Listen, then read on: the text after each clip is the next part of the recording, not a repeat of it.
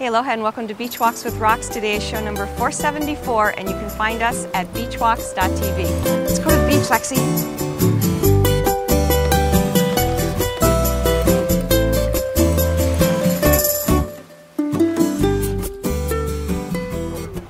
So I got a very interesting email from a friend of mine this morning, and it follows along this theme of being personal that we've been talking about, or that I've been talking about this week.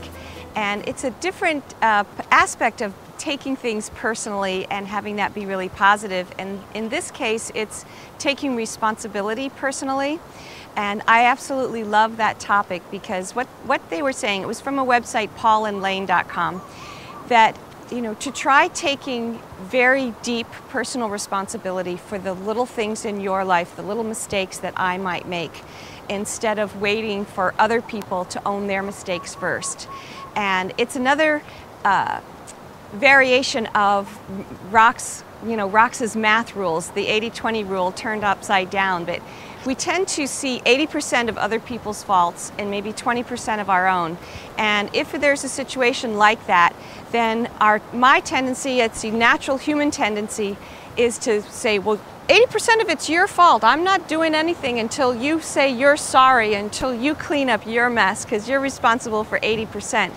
But I have actually found in my life that if I own my 20% without guilting myself and without relieving that other person of their 80%, let's go, Lex, that it opens up so much space for reconciliation.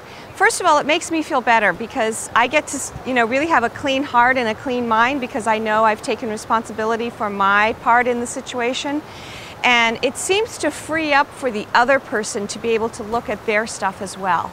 And that little small-minded monkey mind, number two, really likes to think, wow, 20%, that's nothing. The person with the 80% really is the one that needs to clean it up first. And it just doesn't work that way a lot of the time.